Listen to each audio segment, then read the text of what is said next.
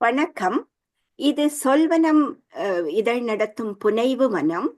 இன்றைய புனைவு மனம் நிகழ்வில் நாம் நாம் விவேக் சுப்பிரமணியம் சொல்வனத்தில் எழுதி வெளிவந்த எல்லையற்ற நடனம் என்ற அறிவியல் புனைவை பற்றி பேசவிருக்கிறோம். குவாண்டம் அறிவியலின் ஒரு சாத்திய கருதுகோளின் அடிப்படையில் அமைந்த இந்த சிறுகதை, எல்லையற்ற நடனம் சிறுகதை, தன்னுடைய அறிவியல் பேரறிவால் பேரலல் யூனிவர்ஸ் என்று நாம் கூறும் இணை பிரபஞ்சங்களை படைக்கும் தன் லட்சியத்தில் அறிவியலாளர்கள் பெறும் வெற்றியின் பின்னணியில் அந்த படைப்பின் எல்லைகளையும் அந்த குவாண்டம் வலைப்பின்னல்களின் எல்லையற்ற சாத்தியக்கூறுகளையும் அதனால் உருவாகும் அறச்சிக்கல்களையும் ஒரு படைப்பவனுக்குள்ள பெரும் பொறுப்பையும் பேசுகிறது. இந்த சிறுகதையை பற்றிய தன் பார்வையை முன்வைக்க தேர்ந்த வாசகரான பிரசாத்தை இப்போது அழைக்கிறேன். நன்றி ஜெயஸ்ரீ.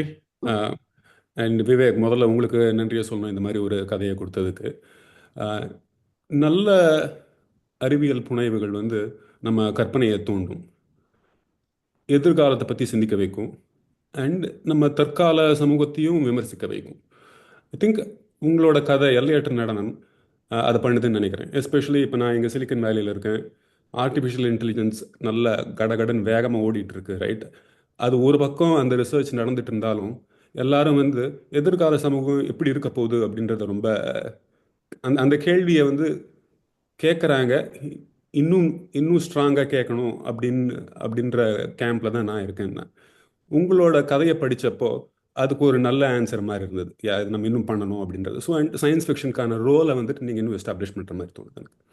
ஸோ இந்த கதையை பற்றி நண்பர்கள் பல பேர் படிச்சிருப்பாங்க. பட் படிக்காத நண்பர்களுக்கு ஒரு ஒரு சின்ன சுருக்கம் கொடுத்துட்டு அதில் என்ன எனக்கு பிடிச்சிருக்கு அப்படின்னு சொல்லிட்டு எனக்கு ஒரு சில கேள்விகள் இருக்குது, அதை கேட்கலாம் அப்படின்னு இருக்காங்க. ஸோ இந்த கதை பார்த்தீங்க அப்படின்னா ஃப்யூச்சரில் நடக்குது. ஆல்ஃபா சென்டாரி ஸ்டார் பக்கத்தில் எர்வின் ஷ்ராடிங்கரோட PTE-2 அப்படிங்கிற ஒரு ரிசர்ச் ஸ்டேஷனில் 2 ரிசர்ச் சயின்டிஸ்ட் இருக்காங்க. அவங்க 2 பேர் தான் இருக்காங்க இந்த ஸ்டேஷனில், மார்க்கஸ் சென் அப்புறம் ஆயிஷா அப்படிங்கிறவங்க. அவங்களோட அப்ஜெக்டிவ் ஒரு புது பிரபஞ்சத்தை உருவாக்கணும் ஃப்ரம் ஸ்க்ராட்ச். ஸோ அந்த ஆதி புள்ளி, ப்ரைமல் பாயிண்ட் அப்படிங்கிறது அந்த ப்ராஜெக்ட் நேம். பிக் பேங்லேருந்து ஆரம்பித்து அதை அவங்களோட அந்த ஃபண்டமெண்டல் ஃபிசிக்ஸ், அந்த லாஸை கண்ட்ரோல் பண்ணணும், டைம் லைன்ஸையும் கண்ட்ரோல் பண்ணணும் அப்படிங்கிறது தான் அவங்களோட அப்ஜெக்டிவ். ஸோ பேசிக்காக அவங்க ஒரு பிரபஞ்சத்தை உருவாக்குறாங்க அப்படின்னா அதை உருவாக்குனதுலேருந்து ஸ்டார்ஸ், பிளானட்ஸ்லாம் உருவாகி அதில் இருக்கிற ஒரு யூனிசெல்லுலர் ஆர்கனைசேஷன்லேருந்து ஒரு எவல்யூஷன் ஃபுல் டைம் லைனையும் அவங்களால பார்த்து கண்ட்ரோல் பண்ணணும் அப்படின்னு அவங்க ஆசைப்படுறாங்க. அவங்க இந்த எஃபர்ட்டில் அவங்க வெற்றியும் அடையிறாங்க. அந்த வெற்றி அடைஞ்சதும் அவங்களுக்கு ஒரு ஒரு போதை வருது, ஒரு அதிகாரத்தோட போதை. அவங்க ஒரு கடவுள் மாதிரி அவங்களே நினச்சிக்கிறாங்க. அதுக்கப்புறமா சரி, ஒரு பிரபஞ்சத்தை உருவாக்கியாச்சு, இது ஏன் நம்ம மல்டிவர்ஸ் ஆக்கக்கூடாது, ஏன் அந்த மல்டிவர்ஸை நம்ம கனெக்ட் பண்ணி ஒரு நெட்வொர்க்காக ஆக்கி நம்ம ஏன் எல்லாத்தையும் கனெக்ட் பண்ணக்கூடாது அப்படின்ற அந்த அவங்களுக்கு இருக்கிற அந்த போதையில் இதையும் இதுக்கு மேலேயும் நம்ம போனால் என்ன அப்படின்னு அவங்க நினைக்கிறாங்க. அந்த பாயிண்டில் தான் அந்த ஹியூமன் ஆஸ்பெக்ட்ஸ், அதுக்கான சிக்கல்லாம் அவங்க பார்க்குறாங்க. ஸோ மல்டிவர்ஸ் அவங்க க்ரியேட்டும் பண்ணுறாங்க. இதில் பார்த்தீங்கன்னா ஒரு பாயிண்டில் மார்க்கஸ் அவரோட பிரதிபலிப்பை பார்க்குறாரு. ஒரே நிமிஷம்.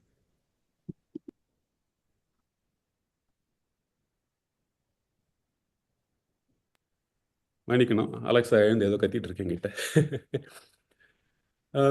நீங்கள் ஏஐ பற்றி பேசுகிறதுனால. Right right. ஸோ மார்க்கஸ் இந்த பல பிரபஞ்சங்கள் உருவாக்கி அதை அவர் கண்ட்ரோலும் பண்ண நினச்சிட்டு இருக்காரு. அங்கே பார்த்தா அவரை அவரோட ஒரு பிரதிபலிப்பையே பார்க்குறாரு.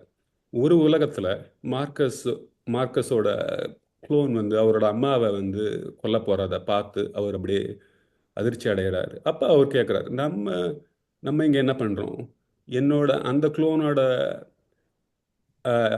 ஆக்ஷனுக்கு நான் பொறுப்பா அப்படின்ற கேள்விலாம் அவருக்கு வருது.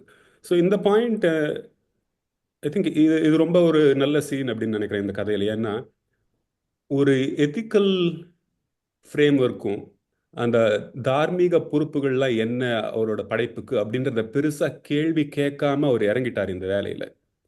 அதுக்கப்புறமா அவரோட ஆக்ஷன்ஸோட ரியாலிட்டியை ஃபேஸ் பண்ணுறப்ப தான் அவருக்கு தெரியுது, இதெல்லாம் நம்ம யோசிக்கலையே அப்படிங்கிறது. ஸோ ஒரு ஒரு சயின்டிஃபிக் ப்ராஜெக்டில் இறங்குறதுக்கு முன்னாடி அதுக்கான எத்திக்கல் இம்ப்ளிகேஷன்ஸ்லாம் என்ன அப்படிங்கிறத உட்காந்து அலசி ஆராய்ஞ்சு இது நம்ம பண்ணலாமா வேண்டாமா அப்படிங்கிறத அவர் பண்ணலை. அதுக்கான எஃபெக்ட் தான் அவர் இங்கே பார்த்துட்டு இருக்காரு அப்படின்னு நான் இதை பிடிக்கிறேன். அண்ட் இந்த ஒரு பாயிண்ட்ல வந்து இன்னொரு திருப்பு முடிவும் நீங்கள் கொடுக்குறீங்க. அப்போ வந்து ஒரு ஹையர் டைமென்ஷனல் பீயிங்ஸ் ஒளி வடிவத்தில் வராங்க, வந்து அவங்க சொல்கிறாங்க நீ வேணும்னா நீ அந்த க்ளோன் கிட்ட நீ பேசலாம் நீ அப்படின்னு. ஸோ இந்த இடத்துல வந்துட்டு அந்த மார்க்கஸ்க்கும் ஆயிஷாக்கும் இருக்கிற அந்த மிதப்பு அப்படியே உடையுது. அவங்க வந்து அவங்க தான் இந்த யூனிவர்சிட்டியை கிரியேட் பண்ணி கடவுள் மாதிரி எல்லாத்தையும் கண்ட்ரோல் பண்ணுறதா அவங்க நினச்சிட்டு இருக்காங்க. பட் அப்போ அவங்களுக்கு தெரியுது அவங்களும் ஒரு சிமுலேஷனில் தான் இருக்காங்களோ அப்படின்ற கேள்வி அவங்களுக்கு எழுப்புது. கடைசியில் மார்க்கஸ்க்கு இதெல்லாம் நடந்து முடிஞ்சதுக்கு அப்புறமா ஒரு ஒரு ரியலைசேஷன் வருது, நம்ம எல்லாரும் ஒரு தனி தீவு கிடையாது, நம்ம எல்லாரும் ஒரு பெருங்கடலில் இருக்கிற அலைகள். ஒரு அலை வந்து இன்னொரு அலையை கிக் ஆஃப் பண்ணுது அப்படிங்கிற அந்த ஒரு நினப்போட, அந்த ஒரு புது ரியலைசேஷனோட நீங்கள் இந்த கதையை முடிக்கிறீங்க. ஸோ எனக்கு பிடிச்ச ஒரு சில ஆஸ்பெக்ட்ஸை மட்டும் நான் சொல்கிறேன். ஸோ ஒன்று வந்து அந்த உங்களோட அந்த வேர்ல்ட் பில்டிங் இருக்கு இல்லையா? ஸோ வெறும் டேர்ம்ஸை மட்டும் நீங்கள் தூக்கி போடலை. ஸோ ஆல்ஃபா சென்டரே ஆக்சுவலாக இருக்குது. அந்த எர்வின் ஷ்ரைடிங்கரோட PDE2 அது ஒரு நல்ல ரெஃபரன்ஸ்ன்னு நினைக்கிறேன் நான். குவாண்டம் ஜெனசிஸ் இன்ஜின் அப்படிங்கிறது தான் இந்த டூலுக்கான பேர். ஸோ இதுக்கான அந்த ஃபண்டமெண்டல் லாஸ்க்கான அந்த டைம் லைனையே வந்து கட்டுப்படுத்தணும் அப்படின்னு நினைக்கிறதால அவங்க எவல்யூஷனை வந்துட்டு ஸ்பீடப் பண்ணுறாங்க. ஸோ நீங்கள் க்ரியேட் பண்ண இந்த வேர்ல்டுக்குள்ளேயே ஒரு ஒரு இன்டர்னல் கன்சிஸ்டன்சி இருக்குது, அது எனக்கு ரொம்ப பிடிச்சிருக்கு. ரெண்டாவது, அந்த ஒரு நல்ல சயின்ஸ் ஃபிக்ஷன் எல்லாமே வாட் இஃப் அப்படிங்கிற கேள்வி. வாட் இஃப் அப்படின்னா என்னால் உலகத்தை க்ரியேட் பண்ண முடிஞ்சா, என்னால் ஆக்ஷன்ஸை கண்ட்ரோல் பண்ண முடிஞ்சா அப்படிங்கிற கேள்வி. அதுக்கு எல்லாத்துக்குமே வந்து ஒரு நல்ல தத்துவபூர்வமான ஒரு பேக்கிங் வேணும். அதை இங்கே நீங்கள் ரொம்ப நல்லா பண்ணியிருக்கீங்க அப்படின்னு நினைக்கிறேன். மூணாவதா, இந்த கதை வந்து வெறும் இன்டலெக்சுவல் இம்பேக்ட் மட்டும் இல்லை, என்னோட அறிவுக்கு மட்டும் அது பேசலை, என்னோட இமோஷன்ஸ்க்கும் அது பேசுது. ஸோ அது ரெண்டுமே கலந்து நீங்கள் பண்ணுறதுனால தான் இந்த கதை வெற்றி அடையுது அப்படின்னு நான் நினைக்கிறேன். ஸோ ரொம்ப உங்கள் கதையை, இந்த கதையை எழுதுனதுக்கு ரொம்ப நன்றி. அந்த கதையை படித்ததுனால நான் ஒரு ஒரு பெட்டர் சயின்ஸ் ஃபிக்ஷன் ரீடராக நான் இருக்கேன் அப்படின்னு நானும் நினைக்கிறேன். So thank you so much Vivek. So இப்போ வந்து எனக்கு ஒரு சில கேள்விகள் இருக்குது, மேபி அதுக்கு போகலாம் அப்படின்னு நான் நினைக்கிறேன். ஸோ விவேக், நீங்கள் ரெடியாக இருந்தீங்கன்னா, இந்த Yeah. எல்லையற்ற நடனம் கதைக்கு என்ன ஒரு ஸ்பார்க்காக இருந்தது? நீங்கள் இதை இதை பற்றி எழுதணும் அப்படின்னு எப்படி நீங்கள் நினச்சிங்க? ஆக்சுவலாக உண்மையாக சொல்ல போனால் இந்த கொஸ்டின் எனக்கு ஃபிலாசபிலேருந்து தான் வந்தது. So the more I go to philosophy then for some reason I more interested in science and technology. ஆக்சுவலாக it's not other way around. அப்படி பார்க்கும்போது எம் தியரி நம்ம கேள்விப்பட்டிருக்கோம் இல்லையா? அதாவது அது ஒரு ஆம்பிகுவஸ், அதுக்கு நிறைய மீனிங் இருக்குது. மெம்பரேன்னு சொல்லுவாங்க, இங்கிலீஷில் மிஸ்ட்ரின்னு சொல்கிறாங்க, மதர் எதுனாலும் எடுத்துக்கலாம் ஆக்சுவலாக. ஸ்ட்ரிங் தியரி நம்ம சொல்கிறோம் ஆக்சுவலாக. அது மாதிரி ஹையர் டைமென்ஷன்ஸ், மல்டிவர்ஸ், இந்த மாதிரி நிறைய கான்செப்ட்ஸ் வந்து யூஸ் பண்ணி யூனோ நம்ம குவாண்டம் ஃபிசிக்ஸில் வந்து நம்ம எக்ஸ்பிளைன் பண்ணுறாங்க. எஸ்பெஷலி எம் தியரி வந்து என்னம்னா உங்களோட 5 ஸ்ட்ரிங் தியரியும் இணைத்து ஒரு சிங்கிள் தியரியாக கொண்டு வராங்க. அதாவது ஆங்கிலத்தில் வந்து தியரி ஆஃப் எவ்ரி திங் அப்படின்னு ஒரு கான்செப்ட்ஸ் இருக்குது. அந்த தியரி ஆஃப் எவ்ரி திங்கிற அந்த வேர்டு வந்து எனக்கு ரொம்ப நாளாக டிஸ்டர்ப் பண்ணிகிட்டே இருந்துச்சு. அது எப்படி எல்லாத்தையும் ஒரு தியரியில் எக்ஸ்பிளைன் பண்ண முடியும்? ஸோ அது like it's possible R not possible. Science it's always started with hypothesis. அந்த ஹைபோதிசிஸ்லேருந்து ஒரு ஃபிக்ஷன் நம்ம டிரைவ் பண்ணிக்கலாமாங்கிற ஒரு கேள்வி. ரெண்டாவது, இட்ஸ் எம் தியரி சொல்லும்போது இட்ஸ் நாட் ஒன்லி அவங்க சொல்கிறது வந்து ஒரு ஒரு ஹைபாத்திசிஸ்ன்னு இல்லை. ஒரு பெரிய ஒரு சயின்ஸில் ஒரு 2 ஸ்ட்ரீமில் பிரச்சனை இருந்தது. ஒன்று ஜென்ரல் ரிலேட்டிவிட்டி ஆஃப் தியரி, அப்புறம் குவாண்டம் ஃபிசிக்ஸு. இந்த ரெண்டுமே வந்து ரீகன்சைல் ஆகலை ஆக்சுவலாக. ரொம்ப லைக் கிளாசிக்கல் ஃபிசிக்ஸ் நம்ம கண்ணால் பார்க்குறோம், every thing is 100% proved. Quantum mechanics, teleportation அப்படிங்கிறாங்க, எல்லாருக்கும் நோபல் ப்ரைஸ் கொடுக்குறாங்க. பட் நம்ம ஆக்சுவலாக ஒரு காமன் மேனுக்கு வந்து அது அது அது ப்ரூவே ஆகலை, ரைட்? ஒரு காட் ஸ்டேட்டஸாக தான் இருக்குது. ஏன்னா அது நம்ம இன்விசிபிள் சப்அட்டாமிக் பார்ட்டிகல்ஸ், அதாவது துணை துகள்கள்ங்கிறாங்களே, அணு துகள்கள், அந்த லெவலில் நடக்குது. அப்போ இதெல்லாம் பேசின எம் தியரி வந்து சொல்லும்போது எனக்கு அது ஃபேஷினேட்டிங்காக இருக்குது. ஸோ அதை கதைக்குள்ளே கொண்டு வரலாம் அப்படின்னு. அதே மாதிரி இந்த ஸ்ட்ரிங் தியரி நம்ம வந்து பேசும்போது வந்து அது எல்லாமே வந்து இந்த யூனிவர்ஸில் இருக்கிற எல்லாமே வந்து வைப்ரேட் ஆகிட்டு இருக்குது ஸ்ட்ரிங்ஸா அப்படின்னு சொல்கிறாங்க. அப்போ இது சொல்லும்போது என்னன்னா லைக் ஒரு ஹோல் பிரபஞ்சம்னு எடுத்தீங்கன்னா அந்த பிரபஞ்சமே ஒரு பிரெயினாக நம்ம பார்க்க முடியுமா அப்படின்னு ஒரு ஒரு ஃபேசினேட்டிங்காக இருக்குது. அதாவது இது பிரபஞ்சமும் நம்ம பார்க்குறோம், பிரபஞ்சத்துக்கு மேலே போய் பிரபஞ்சமா நம்ம ஒரு பிரெயினா பிரபஞ்சம் இருக்குது அப்படின்னு பார்க்குறோம். அதுக்கப்புறம் ஹையர் டைமென்ஷன் நம்ம இப்போ நீங்கள் சொன்னீங்க அழகா, அது வந்து நம்ம பர்சீவ் பண்ணுறது 3 டைமென்ஷன்ஸ் தான் பார்க்க முடியும். ஐன்ஸ்டீன் வந்து 4th டைமென்ஷன் வந்து டைம்னு டிஃபைன் பண்ணுறாரு. பட் பியாண்ட் 4th டைமென்ஷன்ஸ் வந்து இட் இஸ் பாசிபிளா அப்படின்னா நமக்கு வந்து ஆக்சுவலாக விர்ச்சுவலாக நம்ம பண்ணிட்டு தான் இருக்கோம். லைக் கம்ப்யூட்டர்ஸில் மேட்ரிக்ஸ் நீங்கள் கால்குலேஷன்ஸ் ஹையர் டைமென்ஷன் தான். டென்சர் ப்ராசஸிங் யூனிட் இஸ் நீங்கள் கூகுளோட tensor processing unit is doing higher dimension, right? So நம்ம பார்க்கல, ஆனால் விர்ச்சுவலாக அது இருக்குங்கிறது நமக்கு தெரியும், கரெக்டாக? ஸோ அதை தான் வந்து அதை புனைவில் கொண்டு வரலாம் அப்படின்னு ஒரு ஒரு ஐடியா. அதுக்காக தான். அதுவும் இல்லாமல் இந்த தியரிஸ் வந்து என்னென்னா ஒரு ஒரு ஒரு அப்ட்ராக்ட் மேத்தமேட்டிக்கல் கான்செப்ட்ஸை வந்து நம்ம வந்து ஈஸியாக வந்து கனெக்ட் பண்ணிக்கலாம். ஆக்சுவலாக ஸ்டோரியில் வந்து அதை வந்து நம்ம ஆக்சுவலாக இட்ஸ் அ பியூர் மேத், ஆனால் அதை நம்ம ஸ்டோரியாக கனெக்ட் பண்ணிக்கலாம். ஸோ இதெல்லாமே ஒரு ஒரு ஐடியாவாக மனசுக்குள்ளே ரொம்ப நாளாக இருந்தது. சரி, அதை ஃபிக்ஷனில் எழுதி பார்க்கலாம் அப்படிங்கிறது தான் இந்த இதோட ஐடியா. சூப்பர். ஓ, நன்றி விவேக், நன்றி. என்னோட அடுத்த கேள்வி வந்து சயின்டிஸ்ட்ஸு இது வரைக்கும் பண்ணாதது, அந்த எல்லையை வந்துட்டு எப்படி புஷ் பண்ணிகிட்டே போகலாம் அப்படின்றதான் எல்லாரும் பண்ணிட்டு இருக்காங்க. அஃப்கோர்ஸ் லைக் இதை 500-600 வருஷமாக பண்ணலை அப்படின்னா நம்ம இன்னும் ஒரு ஒரு புவர் ஸ்டேட்டில் தான் இருப்போம். ஆனால் அதுக்கு பின்னாடி கொஞ்சம் ஆழம் இருக்குது. அவங்க வந்துட்டு இதுக்கான ஆபத்துகள் என்ன அப்படின்றத பெருசாக யோசிக்காமல் பண்ணதுனால தான் நமக்கு இவ்வளோ சயின்டிஃபிக் அட்வான்ஸ்மெண்ட்ஸ் கிடச்சிருக்கு அப்படின்னு நான் நினைக்கிறேன். இப்போது அதே அந்த அந்த ஆட்டிடியூட் பற்றி நீங்கள் என்ன நினைக்கிறீங்க? எங்கே ஒரு பேலன்ஸ் வேணும் அப்படின்னு நினைக்கிறீங்க? இது வந்துட்டு இப்போ எஸ்பெஷலி இந்த ஆர்டிஃபிஷியல் இன்டெலிஜென்ஸ்லாம் இப்போது எங்கேயோ போயிட்டு இருக்கிறதுனால சயின்டிஸ்ட் வந்துட்டு ஹியூமனிட்டியோட ஃப்யூச்சர் கருதி இங்கே நிறுத்தணும் அப்படின்னு ஏதாவது ஒரு புள்ளி இருக்குன்னு நீங்கள் நினைக்கிறீங்களா? ஆர் ஜென்ரலாக அந்த அந்த ஒரு பேலன்ஸ் பற்றி நீங்கள் என்ன நினைக்கிறீங்க? எப்படி மக்களுக்கு இது நல்லது செய்யும், ஆனால் அதே சமயத்தில் இதோட எஃபெக்ட்ஸ் ரொம்ப மோசமாக இருக்கும், நம்ம பண்ணக்கூடாது அப்படின்னு நீங்கள் சொல்கிறீங்க? ஏன்னா அந்த கருத்து தான் நீங்கள் இந்த கதையிலையும் நீங்கள் சொல்கிறீங்க. அது ரொம்ப முக்கியம்தான் ஆக்சுவலாக.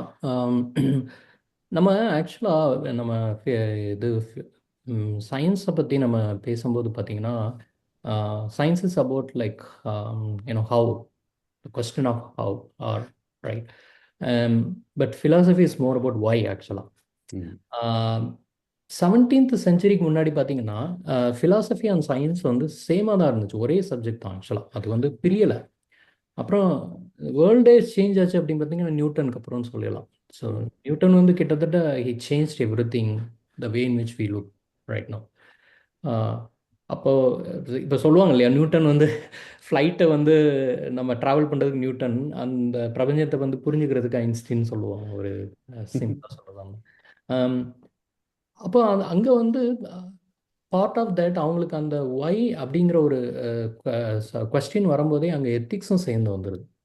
நீங்கள் ஆக்சுவலாக வில்டிரண்டோட வெஸ்டர்ன் ஃபிலாசபியில் ethics is one pillar of the philosophy. Example metaphysics, epistemology, ethics, politics, aesthetics, இந்த 5 தான் main. So ethics is part of that philosophy தான் ஆக்சுவலாக. அப்போ ஏர்லியர் டைமில் தேலியஸ் போன்ற ஒரு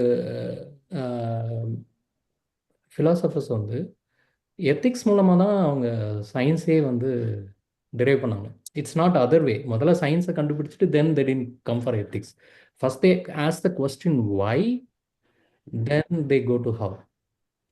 பட் நவ் அப்படி இந்த சயின்ஸும் எத்திக்ஸும் பிரிஞ்சதுனால நவ் ஏன் அப்படின்னு நம்ம எப்படி அப்படின்னு கேட்டுட்டு தான் தென் ஒய்ங்கிற கொஸ்டின்ஸ்க்கே நம்ம வரோம். ஆக்சுவலாக இந்த இம்பேலன்ஸ் வந்து மூவ் ஆகிட்டே இருக்குது. ரெண்டாவது இந்த அதாவது ப்ராபப்ளி அந்த இன்டர்டிசிப்ளினரி அப்ரோச்சஸ் வந்து பிரிஞ்சு வந்ததுனால தான் இந்த கொஸ்டின்ஸ் வருதுங்கிறது நான் நினைக்கிறேன். ஆனால் இப்போ திருப்பியும் நம்ம we are going back to ஒரு மல்டி டிசிப்ளினரி அப்ரோச்சாக தான் வேர்ல்டு வந்து மூவ் ஆகிட்டு இருக்கு. இனிமேல் நீங்கள் சொல்ல முடியாது எனக்கு லைக் எனக்கு சயின்ஸ் தெரியும், ஆனால் எனக்கு ஹிஸ்ட்ரி தெரியாதுன்னு சொல்ல முடியாது. Probably in 25 years, the human cannot operate like that. They have to be expert in everything to as a normal human being, right? So, brain wise எல்லாமே. அப்போ அந்த மாதிரி இருக்கும்போது திருப்பி இது இந்த ஃப்ரேம் ஒர்க் வந்து ரீடிஃபைன் ஆகும்னு என்னோட தோணுது. ப்ராபப்ளி இப்போ முந்தி இப்போ காரில் நம்ம ஓட்டும் போதே வந்து ஃபோன் பேசிகிட்டே ஓட்டுறோம். ஆனால் we still focusing on it, right? So maybe in ஃபியூச்சரில் வந்து சயின்ஸில் வந்து அந்த எத்திக்ஸ் வந்து பார்ட் ஆஃப் தட் கல்ச்சராகவே வந்துடும். ஒரு செப்பரேட் டிஸ்கஷனாக இருக்காது அப்படிங்கிறது தான் என்னோட அனுமானம். But we have to wait and see actually. I think அது ஒரு நல்ல பதில். அதை இப்போ வந்து அந்த அந்த பைஃபர்கேஷன் படிக்கிறப்பவே, ரைட், லைக் கொஞ்சம் சயின்டிஃபிக் பென்ட் இருக்கிறவங்களோ இல்லை ஆர்டிஸ்டிக் பென்ட் இருக்கிறவங்களோ வேறு ஃபீல்ட்ஸ் படிக்கிறாங்க.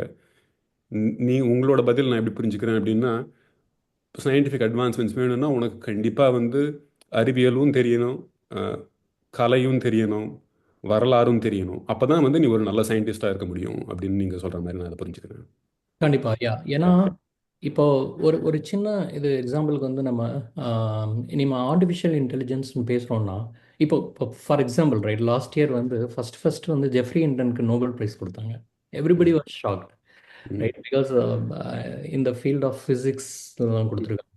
ஆனால் அந்த மெஷின் லேர்னிங்னு ஒரு கேட்டகரி வந்து சேர்த்துருக்காங்க. So it's kind of an indirect message to the world, right? The world, everybody needs to work together. ஏன்னா கம்ப்யூட்டர் சயின்ஸ் இல்லாமல் இனிமேல் ஃபிசிக்ஸ் ஆப்ரேட் ஆக முடியாது. சிமிலர்லி ஃபிசிக்ஸ் இல்லாமல் நமக்கு வந்து ஏஐ பற்றி எந்த நாளுமே இருக்க போகிறது இல்லை. ஸோ ஐ திங்க் அது எல்லாம் சேர்ந்து ஒன்றா ஒர்க் பண்ணும்போது ஐ திங்க் த எத்திக்ஸும் will be part of that. I think, yeah, that's a very good point, Vivek. நீங்கள் ஜெஃப்ரி ஹிண்டன் பற்றி சொன்னீங்க. And with Demis Hassabis and John Jumper, கூகுளோட DeepMind scientist, right? Like கூகுளுக்குள்ளே அவங்கள computer scientist அப்படின்னு தான் சொல்கிறோம். ஆனால் அவங்களுக்கு கெமிஸ்ட்ரியில் நோபல் ப்ரைஸ் கிடச்சிருக்கு. ஸோ நீங்கள் சொல்கிற மாதிரி கெமிஸ்ட்ரி ஆகட்டும், ஃபிசிக்ஸ் ஆகட்டும், இல்லை வேறு எந்த ஃபீல்ட் ஆகட்டும், அது எல்லாமே இப்போ வந்துட்டு ஒரு AI/கம்ப்யூட்டர் சயின்ஸ் அண்டர்பின்னிங்கோடு போயிட்டு இருக்கிறதுனால அவங்களோட இம்பேக்ட் எல்லாம் ஃபுல்லாக புரிஞ்சு அவங்க செயல்படணும் அப்படின்றது நல்ல பாயிண்ட் தான். ஜெயஸ்ரீ, நீங்கள் சொல்லுங்கள் ஜெயஸ்ரீ.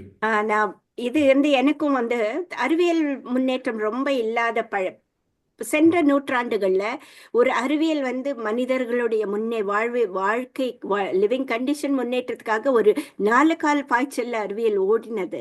பட் ஐ திங்க் இது வந்து ஒரு நிறுத்தி நம்மளே மறுபரிசீலனைக்கு அறிவியல் தன்னுடைய கொள்கைகளை எல்லாத்தோடும் ஒருங்கிணைந்து மறுபரிசீலனை செய்துக்க வேண்டிய காலம் ஐ திங்க் இது கொஞ்சம் ஜாஸ்தியாவே ஆயிடுச்சு அப்படிங்கறத நீங்க சொல்ல வரீங்க இல்லையா? இவ்வளவு நாளைக்கு ஓடினது பரவாயில்ல, ஏன்னா நம்ம அறிவியல் முன்னேற்றம் நமக்கு தேவையா இருந்தது நம்ம வாழ்வியலுக்காக.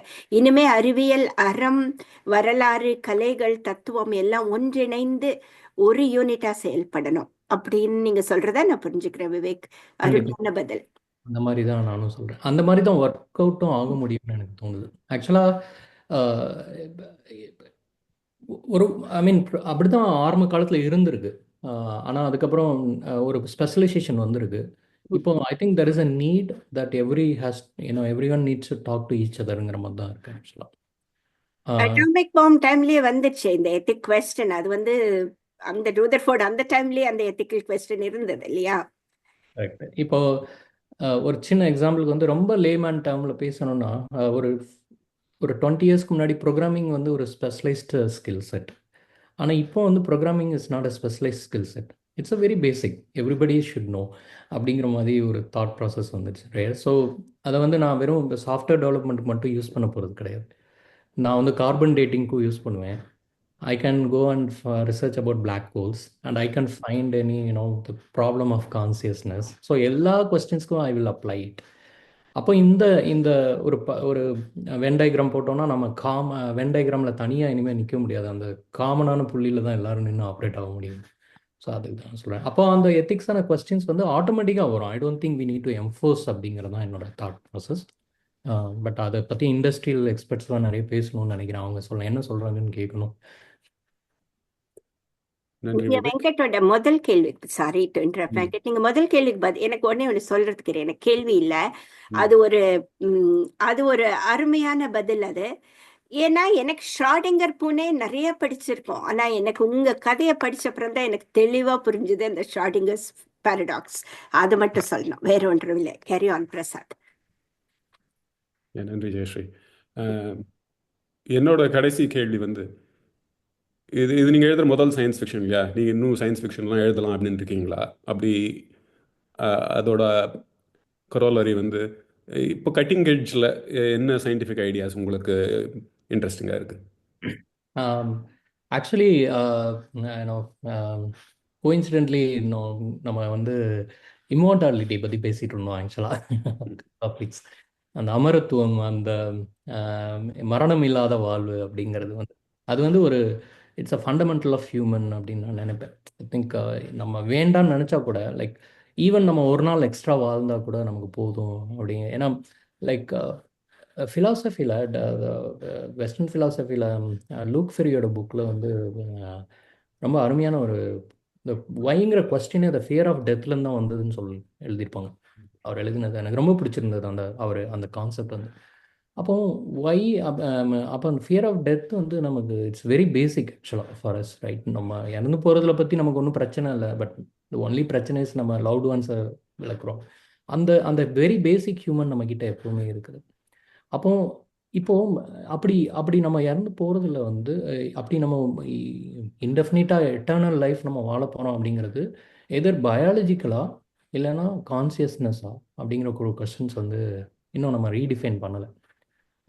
ஒருவேளை ஃப்யூச்சரில் நம்மளோட பிரெயினோட மெமரிஸ், நம்மளோட கான்சியஸ்னஸை வந்து ஒரு க்ளவுடில் அப்லோட் பண்ணிவிட்டு அது என்னென்னைக்கும் அதை ஆப்ரேட் ஆகிற மாதிரியும் நம்மளோட 4 ஜெனரேஷன்ஸ் 5 ஜெனரேஷன்ஸ் அதை வந்து ஆக்சஸ் பண்ணுற மாதிரியும் இருந்துச்சு, ஒரு பிரெயின் கம்ப்யூட்டர் இன்டர்ஃபேஸில் இருந்துச்சு அப்படின்னா அது எப்படி இருக்கும்? அதில் வந்து I don't want to talk about ethics there. But அப்படி ஒரு டெவலப்மெண்ட் இருந்துச்சு அப்படின்னா நம்ம பயாலஜிக்கல் டெத்தை இனிமேல் டெத்துன்னு அனௌன்ஸ் பண்ணாமல் நம்மளோட memory and consciousness still somewhere persist அப்படின்னா then human has achieve that எட்டர்னலிட்டியா அப்படிங்கிற ஒரு கொஸ்டின் வந்து என் மைண்டில் வந்துச்சு. ஸோ அதை வச்சு தான் ஒரு கதை எழுதிட்டு இருக்கேன். But it's not complete yet. I am still in progress. வா, ரொம்ப சுவாரஸ்யமாக இருக்கு விவேக். ரொம்ப நன்றி விவேக், இந்த கதையை கொடுத்ததுக்கு. அப்புறம் இந்த இன்டர்வியூக்கு ரொம்ப நன்றி. ரொம்ப நன்றி. ஆக்சுவலாக சண்டே நீங்கள் ஜாயின் பண்ணி இதை பேசுனதுக்கு really happy. Thank you so much. நன்றி விவேக், மிக்க நன்றி. ரொம்ப சுவாரஸ்யமா இருந்தது. எனக்கு பல அப்டிராக்ட் கான்செப்ட் வந்து உங்க கதையை படிச்சப்பறம் எனக்கு இன்னும் நல்லா இந்த குவாண்டம் என்டாங்கிள்மெண்ட் இந்த மாதிரி விஷயங்கள் ஒரு 2 நிமிஷம் எடுத்துக்கிறேன் இதை சொல்றதுக்கு. எனக்கு என்ன புரிஞ்சுது, இந்த கதை எனக்கு என்ன கொடுத்ததுன்னு சொல்றதுக்கு ஒண்ணு அதுக்கப்புறம் அந்த முரண், அந்த ஐரணி, யார் பிரபஞ்சங்களை உருவாக்கக்கூடிய ஒருத்தன் வந்து தன்னை உருவாக்கின தாயை தான் கொல்றதுல இருந்து தன்னை தடுத்து கொள்ள முடியாத ஒரு ஐரணி இருக்குல்ல, அது வந்து ஒரு அந்த படைப்பாளியுடைய அவனுடைய அந்த லிமிட் என்ன, அது என்ன அவனுடைய இதுங்கிறத சொன்னதும், இந்த பெரு வெடிப்புல தொடங்கி அந்த பரிணாமம் ஃபுல்லையும் ஒரே ஒரு பத்தியில நீங்க கொடுத்தீங்க இல்லையா, முழுசையும், அதுவும் எனக்கு ரொம்ப இதுல பிடிச்சிருந்தது.